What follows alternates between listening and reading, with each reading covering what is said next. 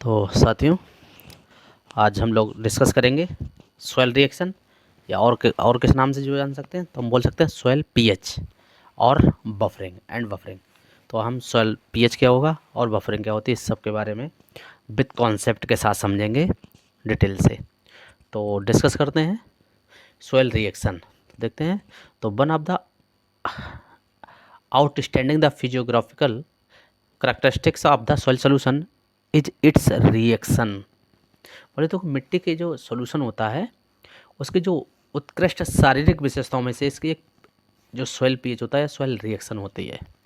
जैसे जैसे withered it is acid, alkaline और न्यूट्रल। देखते हैं तो यह चाहे वह एसिड हो, क्षारीय हो या फिर तटस्थ बोले तो उदासीन हो।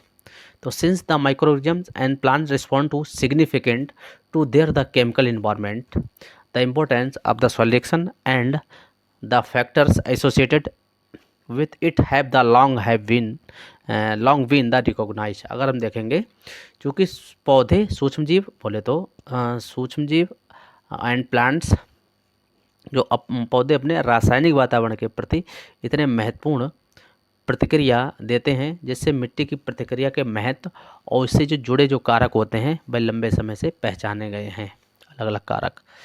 तो कंटिन्यू समझते हैं।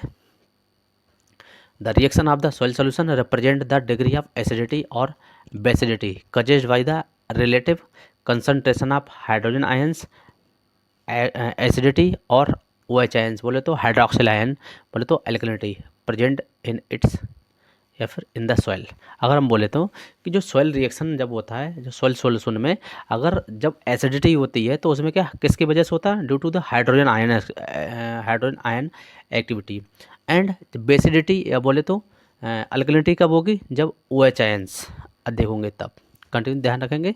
तो acidity is due to the एक्सप्रेस ऑफ हाइड्रोजन, जैसा कि हम लोग डिस्कस कर चुके हैं कि जो एसिडिटी होती है, अम्लता होती है, वह कब होगी, जब अधिक क्या होगा हाइड्रोजन आयन्स किससे, ओवर द OH आयन से। OH आयन से जब हाइड्रोजन आयन ज़्यादा होगा तब एसिडिटी प्रोड्यूस होती है। अल्कलिनिटी में क्या होता है, जस्ट इसका उल्टा, due to the excess of hydrogen ion OH ions किससे ज़्यादा होगा, H+ आयन से। तो ध्यान रखेंगे इसको। And a neutral reaction is produce by the equal activity of hydrogen ion and OH ions. जहाँ पे जो न्यूट्रल सॉइल होती है वहाँ पे क्या होता है सॉरी वहाँ पे क्या होता है, तो उस रिएक्शन में जहाँ न्यूट्रल सॉइल होती है वहाँ पे बराबर मात्रा में पाए जाएंगे क्या क्या, hydrogen ions and OH ions दोनों। कंटिन्यू ध्यान रखेंगे। Soil pH scale the expressing the soil reaction, मृदा पीएच पैमाना और मृदा प्रतिक्रिया व्यक्त करते हैं। तो किस तरह से देखते हैं इसको, इसके डेफिनेशन सारा इसी में देखते हैं। The soil reaction can the major in terms of the soil pH value. देखें, मिट्टी की प्रतिक्रिया को मिट्टी के पीएच मानों के संदर्भ में मापा जाता है। कंटिन्यू ध्यान देंगे। Soil pH is the negative logarithm of the hydrogen ion और H3O, या फिर इसको हम बोलते हैं hydronium ion activity in the soil solution. यानी जो सॉइल पीएच होगा उसको हम किस तरह से हम उसको कर सकते हैं डिफाइन। तो जो सॉइल पीएच होता है वह मृदा विलयन में हाइड्रोजन आयन या फिर हाइड्रोनियम आयन के हाइड्रोनियम आयन के गतिविधि का क्या है, ऋणात्मक लघुगणक होता है। हाँ, सॉइल सॉल्यूशन अनएक्सप्रेस है और इसको प्रदर्शित किससे किया जाता है, इन द मोल पर लीटर। मोल पर लीटर से क्या है, इसको प्रदर्शित किया जाता है। आप लोग ध्यान रखिएगा, अगर आपसे पूछा जाए कि पीएच की यूनिट क्या होती है तो आप ध्यान रखेंगे पीएच की कोई भी यूनिट नहीं होती है। कई बार क्वेश्चन पूछा जा चुका है, लेकिन इसको प्रदर्शित किया जा सकता है किसमें, इन मोल्स पर लीटर में। ध्यान रखिएगा। तो डेनिश साइंटिस्ट थे जो बायोकेमिस्ट थे, पूरा क्या नाम इनका, SPL Sorensen, propose the term the pH. तो पीएच जो शब्द है वो प्रपोज किसने किया था, SPL सोरेनसन ने 1909 में किया था। आप ध्यान रखेंगे। तो कंटिन्यू एक बार देख लेते हैं इसके डेफिनेशन में। He defined the pH as the negative logarithm of the hydrogen ion activity. ये है डेफिनेशन इसकी। ये the soil pH generally refers to the degree of soil acidity और alkalinity. PH is expressed as the pH. ये इस value को आप ध्यान रखेंगे, इस इक्वेशन को, ये कई बार पूछी जा चुकी है। तो पीएच बराबर माइनस लॉग 1 अपॉन हाइड्रोजन या फिर H3OH आयन्स। इसको आप ध्यान रखेंगे। कंटिन्यू देखते हैं हम लोग। पीएच स्केल, एक बार पीएच स्केल देख लेते हैं। तो pH scale range from 0 to 14, इसको आप ध्यान रखेंगे। कई बार जेआरएफ एसआरएफ में एक बार पूछ लिया गया था इस तरह से ही कि जो पीएच होती है स्केल की जो रेंज क्या होती है, तो कितना 0 to 14 होता है। And the pH of 7 is consider neutral, जब पीएच 7 होगा तो उसे उदासीन बोलेंगे। It have the pH value less more than 7, तो उसको हम बोलेंगे एल्कलिनिटी, या बोले तो कंसीडर द बेसिक, या फिर एल्कलिनिटी को कंसीडर करेंगे उसमें। और जब पीएच लेस देन 7 होगा तो उसको हम एसिडिटी को में क्या है कंसीडर करेंगे, ध्यान रखेंगे। कंटिन्यू देखेंगे। At the solution with an hydrogen ion activity of 0.01 moles will have a pH value 3 and 1 with hydrogen ion activity 0.003 mole pH 4 and so on. अगर इस तरह से हम देखते हैं तो इसकी गतिविधि को, अगर जहाँ पे 0.001 मोल्स अगर लिखा हुआ है तो वहाँ पे पीएच कितना हो जाएगा, एक बार पूछा जा चुका है कि पीएच कितना हो जाएगा। तो इसका पीएच हो जाएगा इक्वल टू पीएच वैल्यू हो जाएगा हमारा 3, कितना, जब 0.001 होगा तो वहाँ पे 3 हो जाएगा। जहाँ पे 0.0001 होगा वहाँ पे पीएच 4 हो जाएगा, इसको ध्यान रखिएगा आप। कंटिन्यू देखेंगे। It is important to recognize that because the pH scale is in the logarithm units, a change of just a few pH unit can induce the significant change in the chemical environment and sensitive biological process। अगर हम देखेंगे तो ये पहचानना बहुत ही महत्वपूर्ण हो जाता है, क्या है, रिकॉग्नाइज, पहचानना बहुत ही महत्वपूर्ण हो जाता है, क्योंकि जो पीएच स्केल होता है वह लघुगणक इकाइयों में से है और कुछ इकाइयों का परिवर्तन रासायनिक वातावरण और जो सेंसिटिव जो इन्वायरमेंट होता है और खासकर जो बायोलॉजिकल प्रोसेस के द्वारा प्रेरित कर सकता है। कंटिन्यू देखेंगे। फॉर एग्जांपल से a soil pH have pH 5 is 10 time more acidic than a soil pH 6। अगर हम देखेंगे कहीं किसी भी सॉइल का अगर पीएच 6 है तो देखेंगे, और एक जगह का पीएच 5 है, तो कह रहा है जो पीएच 5 है वह पीएच 6 से 10 गुना ज़्यादा एसिडिक होगा। कौन सा, पीएच 5 कंपेयर टू पीएच 6 है। उसी तरह से अगर देखेंगे similarly pH 5 is 100 time more acidic pH 7। उसी तरह से देखेंगे कि जो पीएच 5 है वह पीएच 7 से 100 गुना या 100 टाइम ज़्यादा एसिडिक होगा कंपेयर टू 7 से, इसको ध्यान रखिएगा। नेट में भी ये कई बार क्वेश्चन पूछा जा चुका है। कंटिन्यू ध्यान देंगे। एक बार देखेंगे टेबल।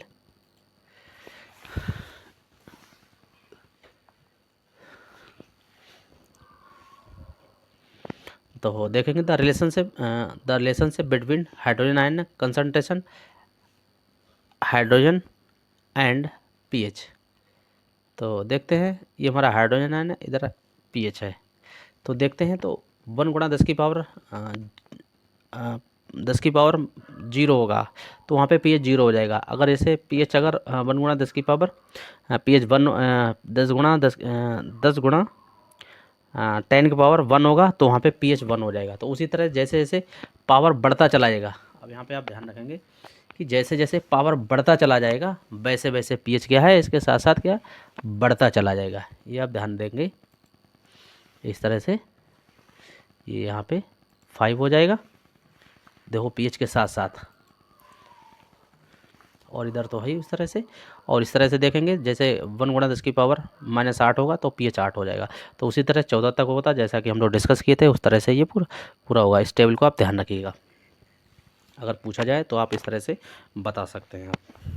कंटिन्यू देखेंगे। The relationship between pH and pOH, अब इसको आप देखेंगे। तो अगर देखेंगे किसी भी जो पीएच होगा और एसिडिटी देख लेंगे, तो जैसे भी जो पीएच होगा जैसे 0 है तो वहाँ पे एसिडिटी क्या हो जाएगी हमारी 1। अगर जैसे ही पीएच 1 हो जाएगा तो वहाँ पे जो एसिडिटी है, जो नॉर्मलिटी ऑफ हाइड्रोजन आयन होगा वो हमारा हो जाएगा 0.1। तो आप ध्यान रखेंगे जैसे 2 होगा तो यहाँ पे 0.01, जैसे 3 होगा तो वहाँ पे 0.001 हो जाएगा, जैसा कि हम लोग ऊपर भी देख चुके हैं। ये यहाँ पे क्या हो जाएगा 0.01 यहाँ पे हो जाएगा हमारा 0.001। तो यहाँ पे भी ऐसे ही 0 0 आगे लग जाएगा, उसके बाद पॉइंट आएगा। तो आप इसको भी ध्यान रखेंगे। ये यहाँ पे क्या है, ये जो 7 तक होगा, 7 तक यहाँ पे हमारा 6 तक क्या रहेगा, ये हमारा एसिडिटी। हम बोल सकते हैं कि 7 तक हमारा क्या है, एसिडिटी रहेगा। जैसे 7 के ऊपर जाएंगे वैसे वैसे ये हमारा इस तरह से क्या है, soil acidity, normality of hydrogen ion बढ़ती जाएगी। और उसी तरह से अगर हम पीओएच अगर इस तरह से देखेंगे तो एल्कलिनिटी हमारी क्या है, बढ़ती चली जाएगी। तो एल्कलिनिटी ज़्यादा कब होगी, 14 पे होगी। पीएच ज़्यादा कब होगा, सॉइल एसिडिटी ज़्यादा कब होगी, 0 पे होगी। और उसी तरह से एल्कलिनिटी ज़्यादा कब होगी, 14 पे होगी। तो उस तरह से हम देख सकते हैं। इसका जस्ट अपोजिट है, ये एसिडिक का जस्ट अपोजिट है, ये ध्यान रखेंगे आप इस तरह से। अगर 14 है तो यहाँ पे देखेंगे तो 0.000 मतलब 13 जीरो है, उसके बाद 1 है। Normality of O H ion या बोले तो हाइड्रोक्सिल आयन, इसको आप ध्यान रखिएगा अच्छे से। तो इस टेबल को आप ध्यान रखिएगा। कंटिन्यू देखेंगे भाई, pH scale range from 0 to 14, यानी 0 से 14 ही क्यों होता है। तो answer due to the self ionization और self dissociation constant of the water molecular. अगर देखें तो इसका उत्तर है जल अणु के स्वयं आयनीकरण या फिर स्वयं वियोजन के स्थिरांक के कारण होता है। पीएच 0 से 14 होता है। कंटिन्यू देखते हैं, due two is the amphoteric nature. ये क्या है, ये एम्फोटेरिक प्रकृति के कारण होता है। एम्फोटेरिक क्या होता है, जिसमें बोथ दोनों काम करते हैं, एसिड और बेस, आप ध्यान रखिएगा। Water does not always the remain at hydro H2O molecular. अगर हम देखेंगे पानी हमेशा जो जल होता है वह H2O अणु के रूप में नहीं रहता है। तो देखेंगे, it fact the two water molecular react to form the hydronium बोले तो H3O एंड हाइड्रोक्साइड बोले तो OH आयंस। तो इसके ये वास्तव में दो अणु हाइड्रोजन और OH आयंस बनाने के लिए प्रतिक्रिया करते हैं। तो इस तरह से देख लेंगे, जैसे H2O तो ये लिक्विड हो जाएगा हमारा, हाइड्रोजन ये एक्वस हो जाएगा, और ये OH आयन है, ये भी हमारा क्या एक्वस हो जाएगा। तो आप ध्यान रखेंगे। कंटिन्यू देख लेते हैं इसको। The concentration of H3O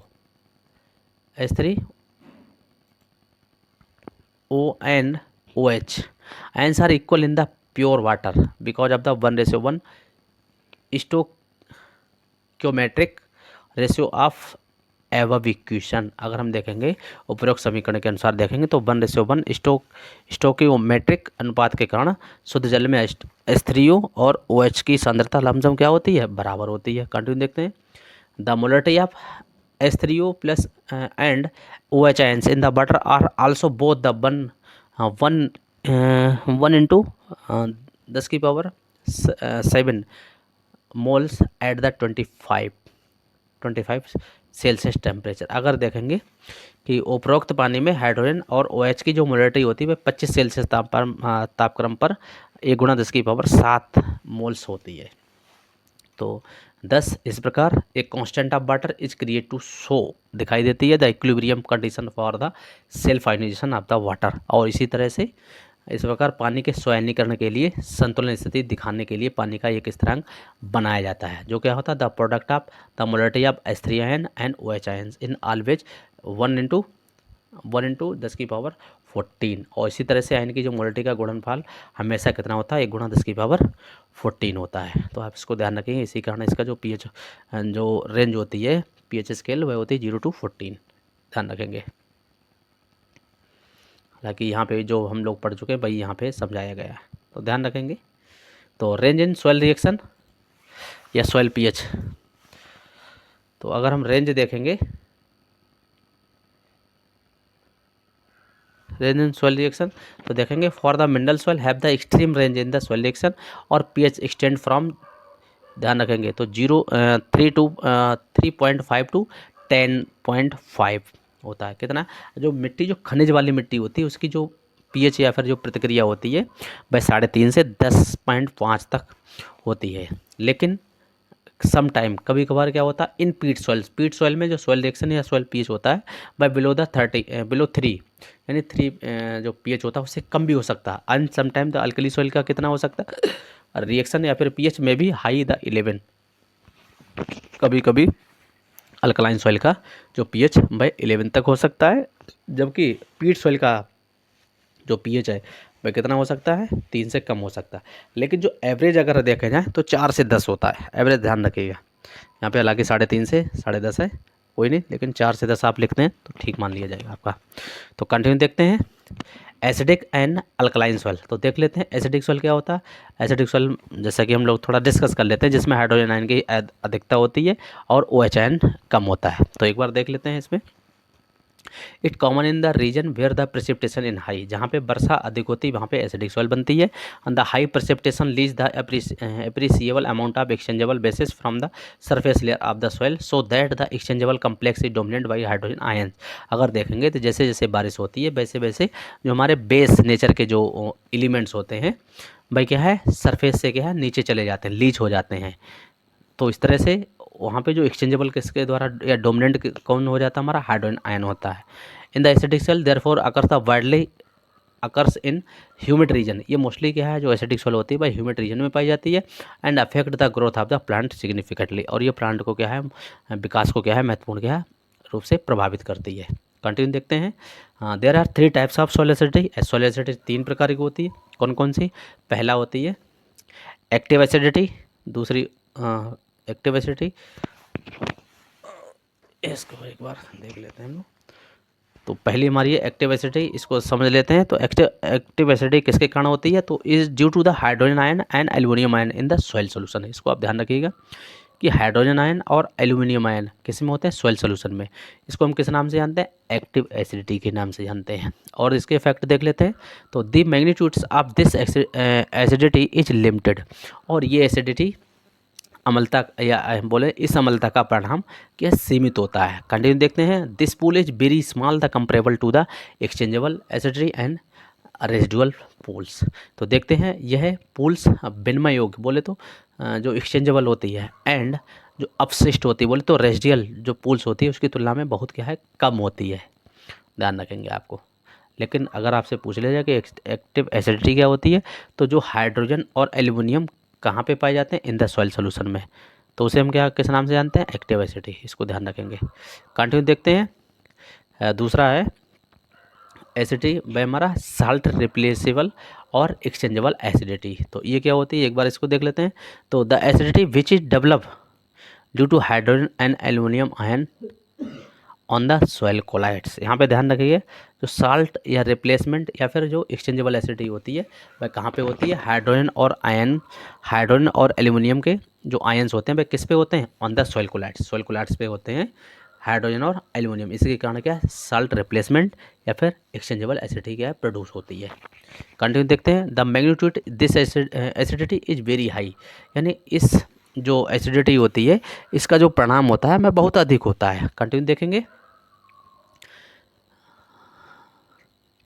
exchangeable acidity is very high in the soil with moderate to strong acidity and is a difficult to neutralise. अगर देखेंगे तो मध्यम टू स्ट्रॉन्ग अम्लता के साथ अगर देखेंगे तो मिट्टी में विनिमय योग्य क्षमता बहुत अधिक होती है और इसे न्यूट्रलाइज करना बोले तो बेअसर करना बहुत मुश्किल होता है, डिफ़िकल्ट होता है। ध्यान रखेंगे। कंटिन्यू तीसरी है रेजिडुअल एसिडिटी। तो रेजिडुअल एसिडिटी क्या होती है इसके बारे में देखेंगे। The acidity is generally associated with hydrogen and aluminium ions. ये क्या होती है? ये जनरली किसके ये हाइड्रोजन और एल्यूमिनियम आयनों के कारण होती है। ये भी क्या है लेकिन ये जुड़ी रहती है। और इसमें क्या क्या शामिल होते हैं? जिसमें एल्यूमिनियम हाइड्रोक्सिल आयन जैसे कौन कौन से, जैसे AlOH का ट्वाइस एंड AlOH का ट्वाइस दैट आर बॉन्ड, ये और बॉन्ड होती है in the non exchangeable form में बाय द क्ले। किसके द्वारा? By the clay and organic matter in the soil में होती है। अगर देखते हैं कंटिन्यू इसको। एज द pH इंक्रीज, जैसे जैसे pH बढ़ता है द बॉन्ड हाइड्रोजन डाइसोसिएशन, यानी जैसे ये क्या होता है टूट जाता है। And the bond the aluminium ions are the release, और हाइड्रोजन आयन क्या है जो एल्यूमिनियम आयन है क्या रिलीज हो जाता है या मुक्त हो जाता है एंड प्रेसिपिटेट, और क्या है एक तरह से एमॉर्फस बना लेता है क्या है AlOH का थ्राइस में। तो these change free up to the negative cation exchange capacity sites. और इसमें क्या है जो कैटायन, इसमें नेगेटिव कैटायन एक्सचेंज साइट्स होती है और continue increase the cation exchange capacity, और कि इसकी क्या जो कैटायन एक्सचेंज कैपेसिटी होती है वह क्या है बढ़ जाती है। तो इसको आप ध्यान रखेंगे। इसके कुछ फैक्ट और देख लेते हैं। रेजिडुअल एसिडिटी, तो residual acidity is commonly for greater, ये रेजिडुअल एसिडिटी सबसे अधिक होती है किस किस से, active acidity and exchangeable acidity, दोनों से क्या अधिक होती है। अगर हम देखेंगे इन द सैंडी सॉइल, तो it may be 1000 time than the active acidity in the sandy soil and 50,000 और even 1,00,000 time greater in clay soil high in organic matter. अगर देखेंगे तो जो रेजिडुअल एसिडिटी होती है वह 1000 टाइम एक्टिव एसिडिटी से ज़्यादा होती है इन द सैंडी सॉइल में, एंड 50,000 से 1,00,000 टाइम ज़्यादा किससे होती है, in the clay soil in organic matter में। इसको आप ध्यान रखेंगे, ये क्वेश्चन पूछा जा चुका है। तो कंटिन्यू देखते हैं। दस द टोटल एसिडिटी, अगर क्वेश्चन है कि टोटल एसिडिटी क्या होता है, तो टोटल एसिडिटी तो active acidity plus exchangeable acidity और फिर हमारा प्लस रेजिडुअल एसिडिटी, यानी तीनों को जोड़ करके क्या टोटल एसिडिटी के नाम से क्या है, एसिडिटी के क्या नाम से जानते हैं। आप इसको ध्यान रखेंगे। कंटिन्यू देखेंगे। तो जो हमारा अगर बात करें तो पीएच होता है वो मेजर क्या करता है, तो जो पीएच होता है वह हमारा active acidity of the soil, यानी सॉइल मिट्टी की पीएच जो सक्रिय अम्लता होती है उसको क्या करता है, ये उसको क्या मापता है। इसको ध्यान रखेंगे आप। तो कंटिन्यू कुछ देख लेते हैं। ये एक्टिव एसिडिटी होती है इन द सॉइल सोल्यूशन में, और ये हमारी रिवर्स क्या है, रिवर्स एसिडिटी होती है, रिजर्व एसिडिटी। तो आप ध्यान रखेंगे इस तरह से। आप ये क्ले पे होती है, ये सोल्यूशन में, तो ध्यान रखेंगे। उसी तरह से अल्कलाइन सॉइल देख लेते हैं क्या होते हैं। अल्कलाइन सॉइल वह होती है जिसपे कि पीएच 7 से ज़्यादा होता है, या बोले तो मोर देन 8.5 होता है। तो इसमें क्या होता है, इसमें जो OH आयंस होते हैं वह क्या है, ज़्यादा हो जाते हैं। ये वाले, ये अगर देखेंगे तो जो OH आयंस होते हैं ये क्या हो जाते हैं, ज़्यादा हो जाते हैं किससे, हाइड्रोजन आयन से इन द सॉइल सोल्यूशन में। ये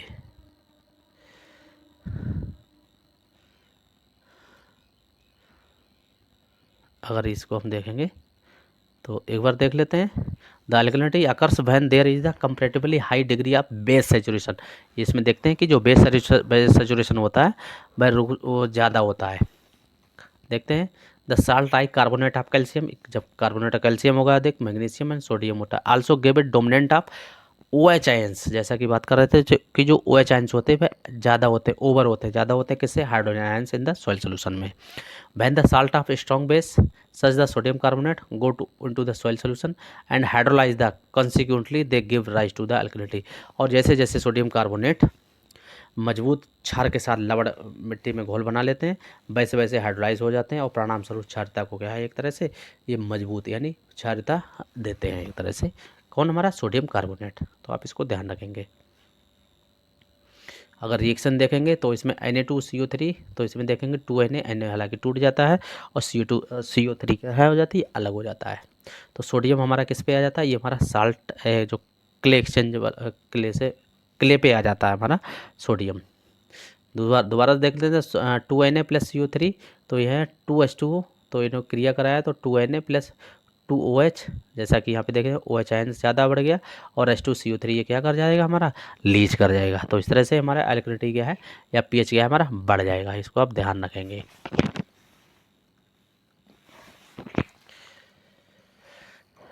और इस तरह से जो पीएच हो जाएगा बाय हाई हो जाएगा, 9 से 10 तक चला जाता है। तो this soil most the commonly occurs in the arid and semi arid region, और ये मोस्टली कहाँ पे, एरिड और सेमी एरिड रीजन में पाई जाती है, जहाँ पे क्या बारिश कम हो जाती है, बारिश कम होती है और प्रेसिपिटेशन बोले तो बारिश कम होकर के और जो इवोपरेशन है वह क्या है, ज़्यादा होता है, या बोले तो वाप बनकर पानी ज़्यादा उड़ता है। तो फैक्टर देख लेते हैं। Factor affecting the soil reaction, soil reaction को कौन कौन से कारक प्रभावित करते हैं, कारक देख लेते हैं। तो पहला कारक है nature of the soil colloids, तो इसमें देख लेते हैं। तो when the hydrogen ions forms the predominantly absorb the cations on the clay colloids, अगर क्ले कोलाइड्स पर, क्ले कोलाइड्स बोले तो क्ले एंड ह्यूमस पर हाइड्रोजन आयन की अगर अधिकता हो जाती है तो उस केस में सॉइल एसिडिक नेचर की बनती है। आप ध्यान रखेंगे। अगर सॉइल क्ले पे, सॉइल कोलाइड्स पे या सॉइल क्ले ह्यूमस पे अगर OH की अधिकता हो जाती है तो वहाँ पे pH बढ़ जाएगा, यानी 7 से अधिक हो जाएगा, आप ध्यान रखेंगे। कंटिन्यू दूसरा फैक्टर देखते हैं। दूसरा फैक्टर है हमारा सॉइल सोल्यूशन। तो उसी तरह से सॉइल सोल्यूशन देख सकते हैं। The concentration of cation in the bulk of the soil solution is more और less nearly the same as the that the near the particle surface. अगर हम देखेंगे तो जो धनायनों की सांद्रता होती है कम या ज़्यादा लगभग कण सतहों के समान होती है। कंटिन्यू देखते हैं। For in the unsaturated soil, जहाँ पे अनसेचुरेटेड होती है सॉइल और खासकर क्ले में, द मोर कम्पैक्ट लेयर होती है, greater in the number of hydrogen ion and association into the soil solution. अगर अनसंतृप्त मिट्टी होती है तो जितनी अधिक सघन परत होगी घोल में विघटित होने वाले हाइड्रोजन आयनों की संख्या उतनी क्या है, बढ़ती चली जाती है। जिससे क्या हो जाता है, this increase the acidity of the soil solution. उससे मिट्टी की घोल की अम्लता है क्या है, बढ़ती चली जाती है। तो आप ध्यान रखेंगे। तो the more dilution the soil solution the higher the pH value. और अगर जो सोल्यूशन अगर डाइल्यूट जैसे जैसे होता चला जाएगा वैसे वैसे pH वैल्यू क्या बढ़ती चली जाएगी। कंटिन्यू ध्यान रखेंगे। तो hence the pH tend to drop as the soil get the progressively dry. जैसे जैसे pH क्या होता है, उत्तरोत्तर सूखी होती जाती है, वैसे वैसे pH कम होता चला जाता है। कंटिन्यू देखेंगे। अच्छा हाँ ये है। कंटिन्यू देखेंगे। The soil reaction is also influence by the presence of CO2। जो सॉइल रिएक्शन होता है वो मोस्टली CO2 के प्रेजेंस में क्या है, प्रभावित होता है mostly in the soil air. As the CO2 concentration increase the soil pH fall, यानी जैसे जैसे pH CO2 कंसनट्रेशन बढ़ जाएगी सॉइल में वैसे वैसे pH क्या है, गिरता चला जाएगा। तो आप इसको क्या करेंगे, ध्यान रखेंगे आप। नेक्स्ट फैक्टर देखते हैं हम। नेक्स्ट फैक्टर है हमारा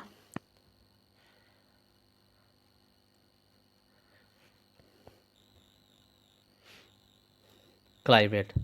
तो क्लाइमेट में देख लेंगे। In general the soil form in the region of the higher rainfall और एसिडिक, यानी जैसे जैसे pH ज़्यादा जैसे जैसे बारिश ज़्यादा होगी वैसे वैसे pH क्या है, कम होता चला जाएगा।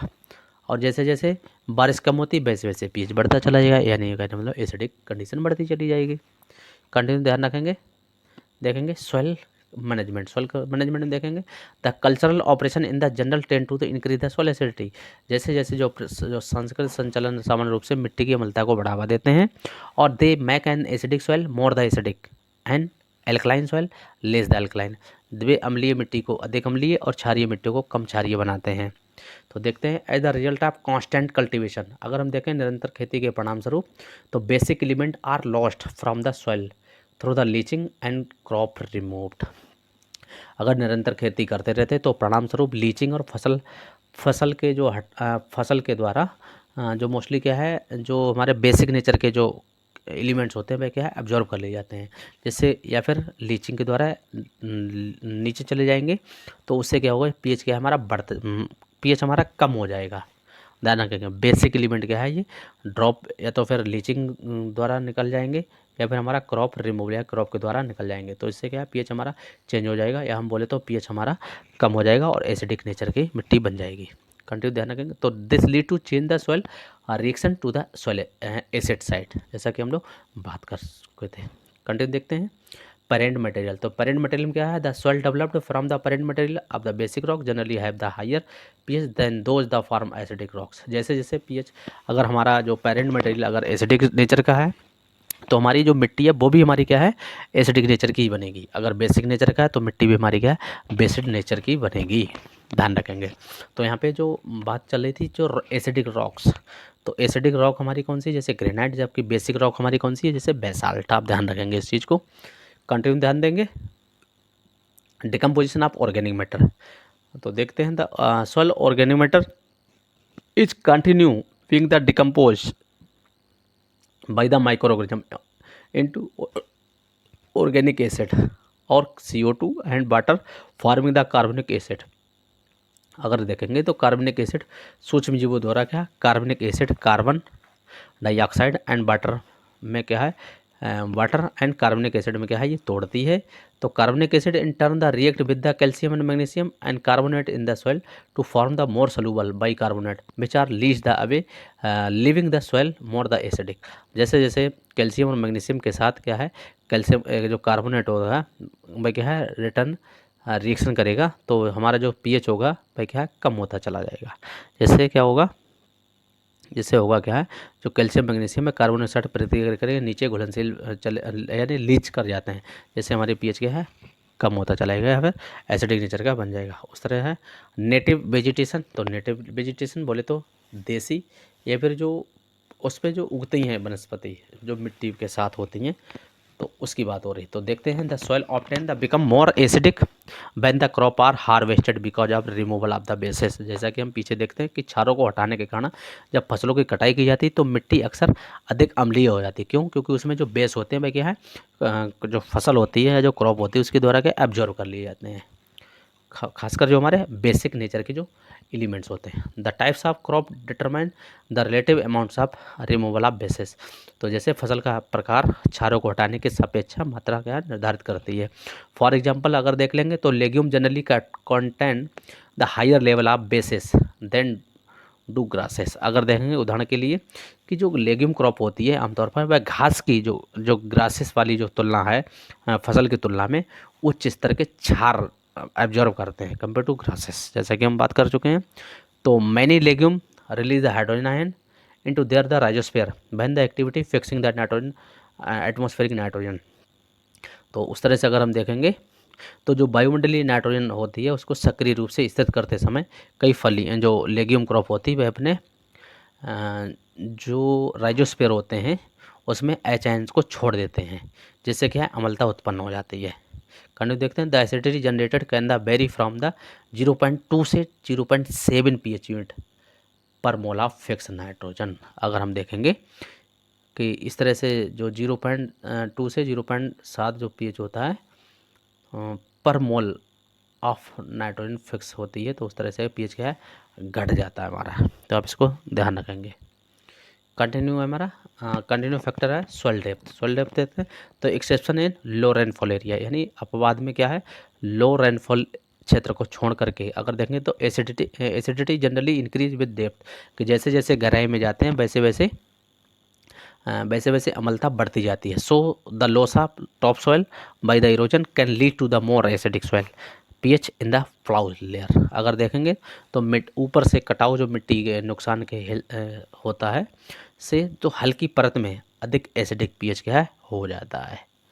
तो ध्यान रखेंगे।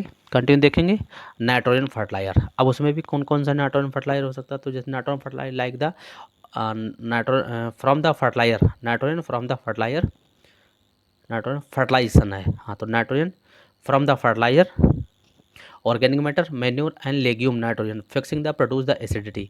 ये सब क्या करते हैं नाइट्रोजन को क्या है एसिडिटी को प्रोड्यूस करते हैं। एंड एसिडिटी फर्टिलाइजर लाइक कौन कौन से, जैसे fertiliser ammonium fertiliser make the soil acidity will the basic fertiliser बोले तो जिनका पीएच किससे ज़्यादा होता है 7 से ज़्यादा होता है। Like the sodium nitrate make the soil more the alkaline in the nature. अगर बेसिक नेचर का फर्टिलाइजर डालते हैं तो हमारा जो क्रॉप होगी वह भी क्या है एसिड नेचर की ही बनती है, बेस नेचर की बनती है। जो एसिडिक नेचर का अगर फर्टिलाइजर डालेंगे तो वहाँ पे एसिड नेचर की फर्टिलाइजर या हमारा जो पीएच होगा वह धीरे धीरे कम होता चला जाएगा। कंटिन्यू देखेंगे फ्लडिंग या फिर बाढ़ देखेंगे तो overall effect of the submerge in and increase of pH in the acidic soil in acid soil as decrease in basic soil. जैसे देखते हैं जहाँ पे जलमग्नता होती है तो वहाँ पे क्या एसिडिक मिट्टी में क्या पीएच की वृद्धि हो जाती है कुछ समय के लिए। आप ध्यान रखिए परमानेंट नहीं होती है, कुछ समय के लिए, और बुनियादी मिट्टी में क्या कमी हो जाती है। तो इस तरह से क्या होता है जहाँ पे अगर एसिडिक सॉइल में अगर फ्लडिंग होगी तो पीएच बढ़ जाएगा, जबकि अगर बेसिक सॉइल में अगर होगा तो पीएच घट जाएगा कुछ समय के लिए। ध्यान रखेंगे आप।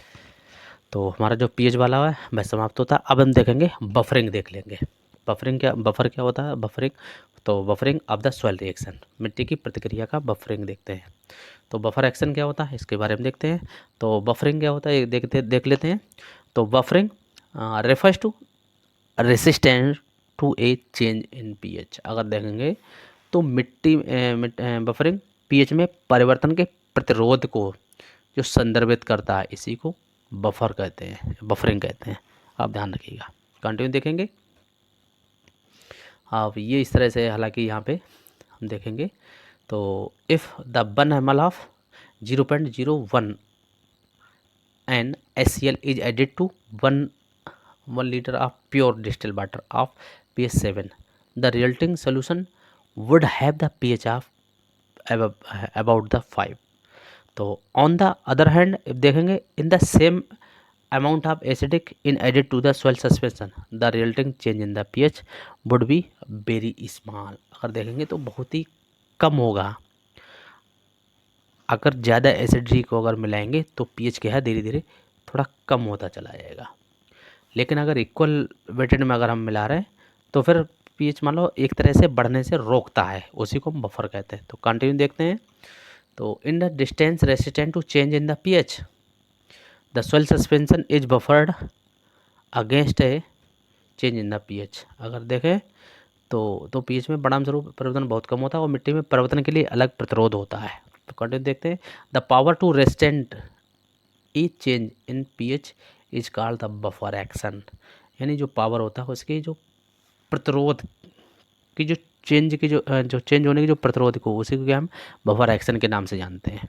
तो ध्यान रखेंगे। कंटिन्यू देखेंगे। The buffer solution content the reserve acidity and alkalinity and does not change the pH with small addition of acidic और अल्कली। अगर हम देखेंगे तो जो बफर सोल्यूशन होता है, बफर तो पीएच में प्रतिरोध का करने की जो शक्ति को जो बफर एक्शन कहा जाता है, और बफर घोल में आरक्षित बोले तो रिजर्व जो एसिडिक होता है और जो क्षारीयता होती है वह सामान्य अम्ल और क्षार के छोटे परिवर्तन के साथ पीएच को क्या नहीं बदलने देता। इसी को क्या बफर सॉइल बफरिंग कहते हैं।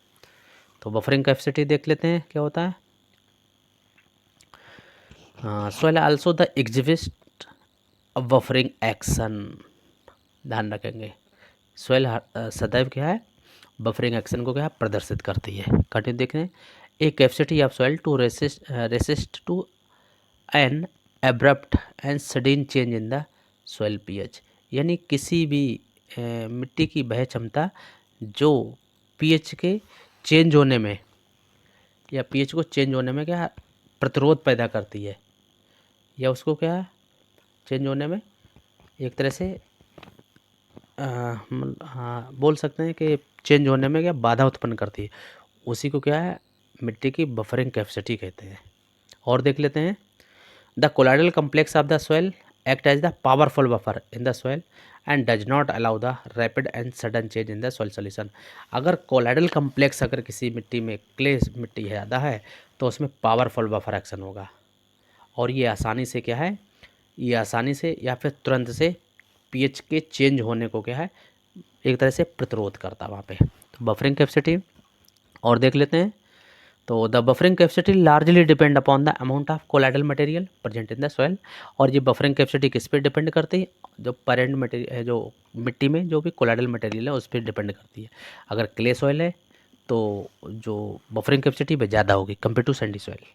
कंटिन्यू देखते हैं। The clay soil and soil rich in organic matter are more buffered than the sandy soil. इसको आप ध्यान रखिएगा,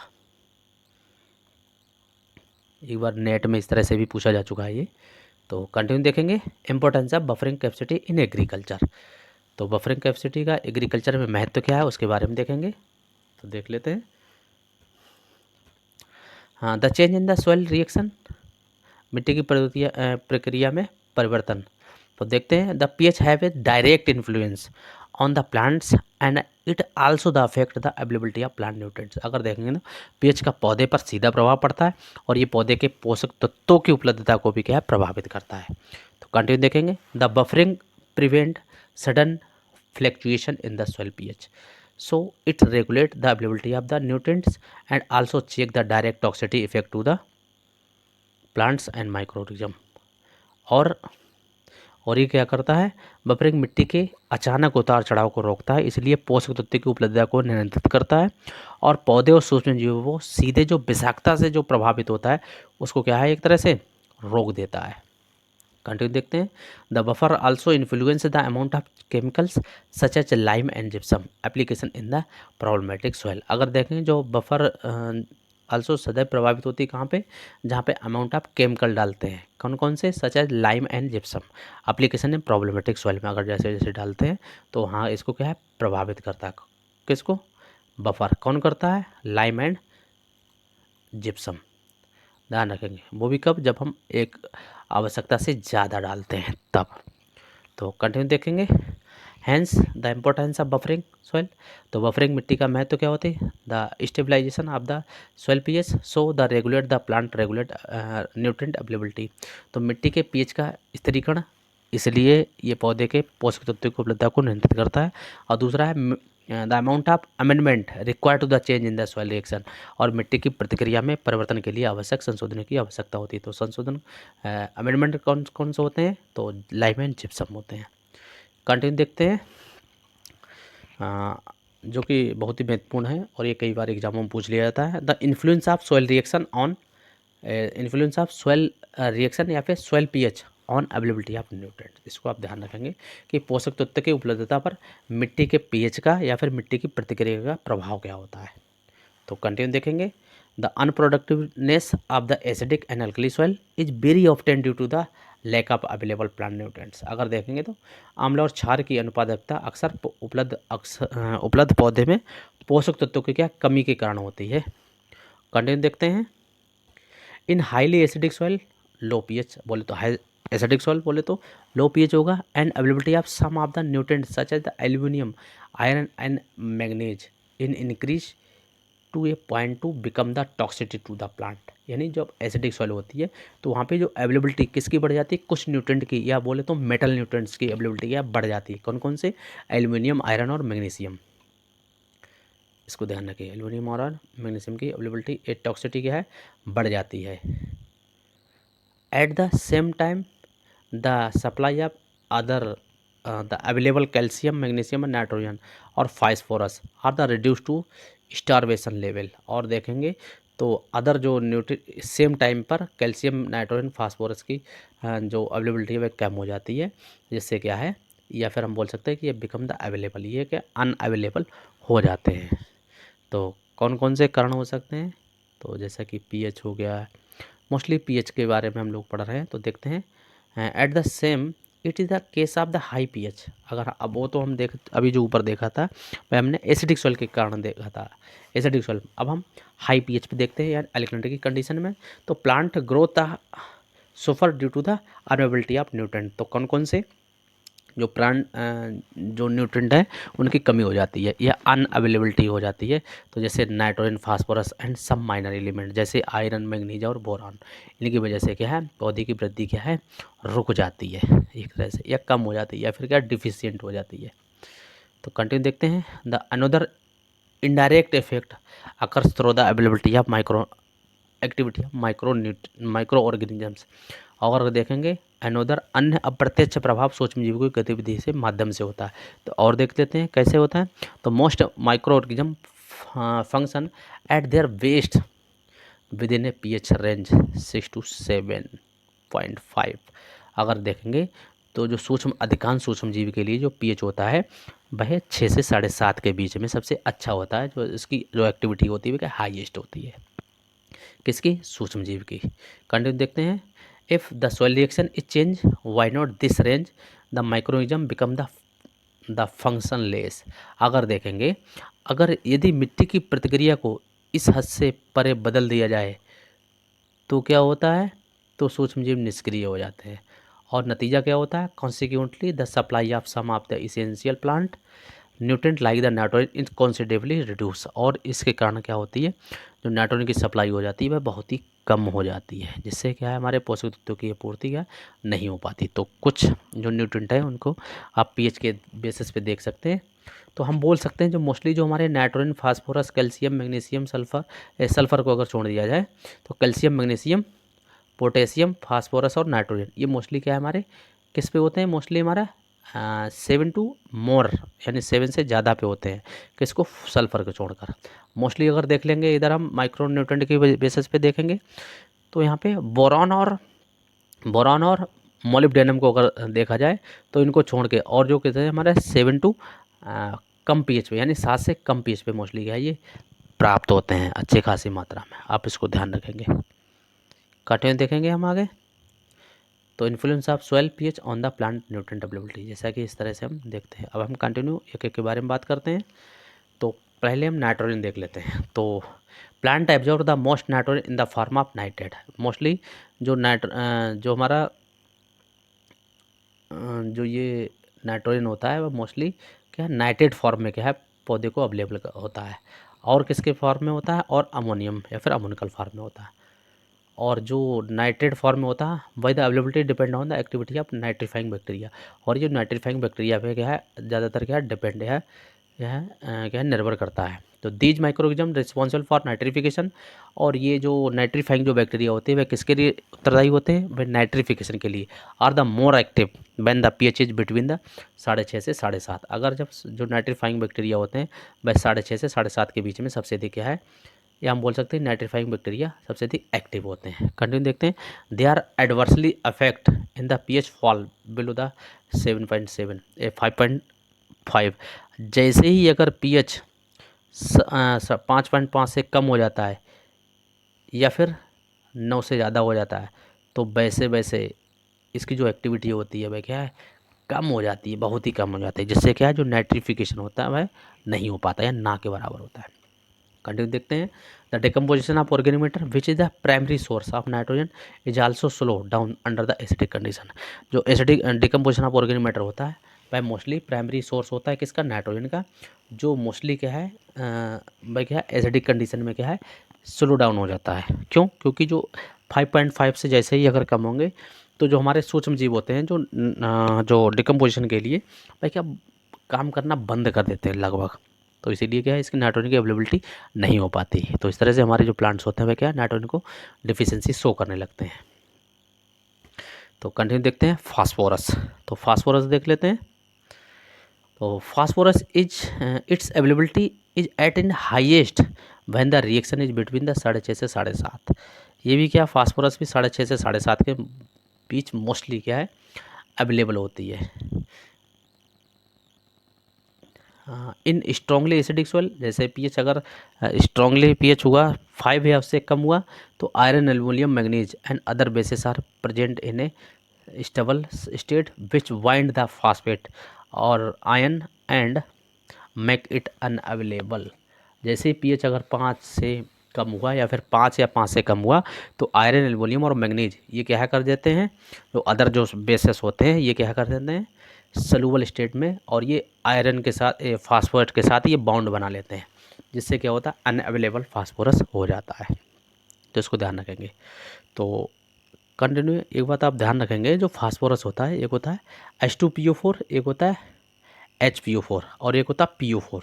तो आप ध्यान रखेंगे तो जो PO4 होता है, क्वेश्चन कई बार पूछा जा चुका है कि H2PO4 और HPO4 ये दोनों किस पीएच पर 50-50 या बोले तो बराबर बराबर मात्रा में क्या है अवेलेबल होते हैं। तो कितने पे होते हैं 7.2 पीएच पे, कई बार क्वेश्चन पूछा जा चुका है, ध्यान रखिएगा आप।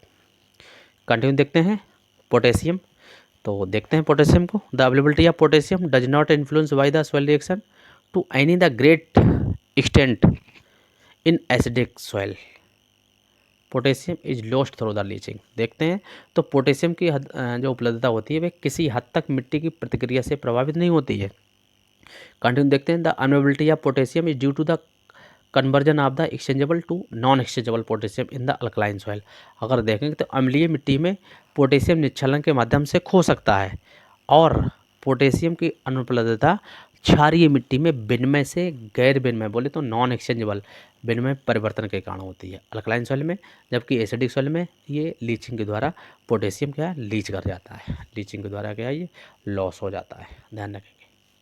कंटिन्यू देखते हैं कैल्शियम मैग्नीशियम। कैल्शियम मैग्नीशियम तो acidic soil are poor in available calcium magnesium, यानी एसिडिक सॉइल में कैल्शियम और मैग्नीशियम क्या है कम अवेलेबल होता है, बहुत ही माइन्यूट मात्रा में।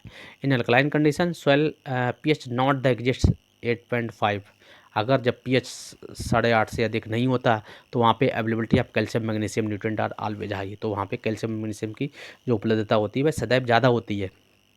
तो when the pH is above 8.5, जैसे पीएच 8.5 से ज़्यादा होता, the availability of these nutrient again the decrease. जैसे जैसे 8.5 से ज़्यादा पीएच होगा तो कैल्शियम और मैग्नीशियम की जो अवेलेबिलिटी होगी भाई क्या है, कम हो जाती है। ध्यान रखेंगे इसको। कंटिन्यू देखेंगे, आयरन, एल्यूमिनियम एंड मैंगनीज।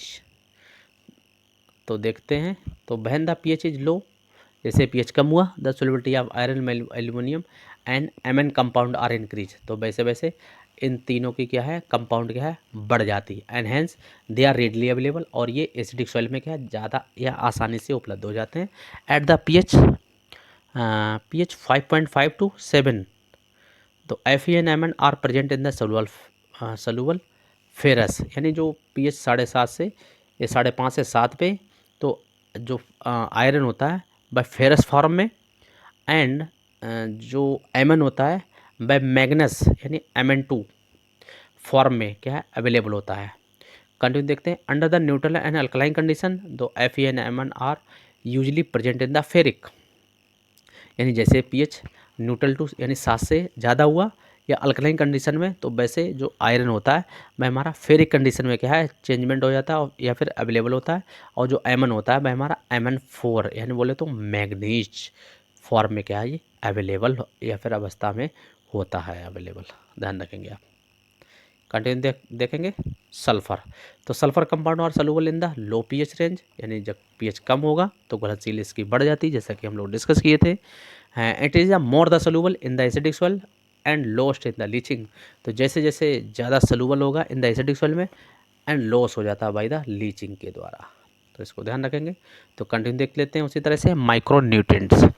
तो माइक्रो अदर जो बचे हुए माइक्रो न्यूट्रिएंट हैं उनके बारे में देख लेते हैं। तो in general the availability of boron, copper and zinc in reduce in alkaline soil, यानी ये तीनों क्या है, खासकर copper and boron in reduce to alkaline soil. ये क्या है, अल्कलाइन सॉइल क्या है में जैसे जैसे पीएच बढ़ेगा वैसे वैसे कम हो जाते जाएंगे।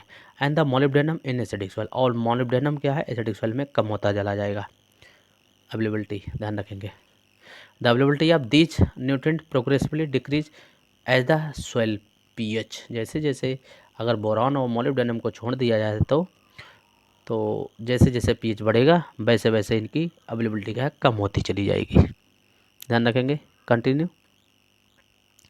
तो साथियों आज के लिए इतना ही, नेक्स्ट डिस्कस करेंगे नेक्स्ट चैप्टर के साथ न्यू टॉपिक। तो थैंक यू, मिलते हैं हम लोग नेक्स्ट वीडियो में।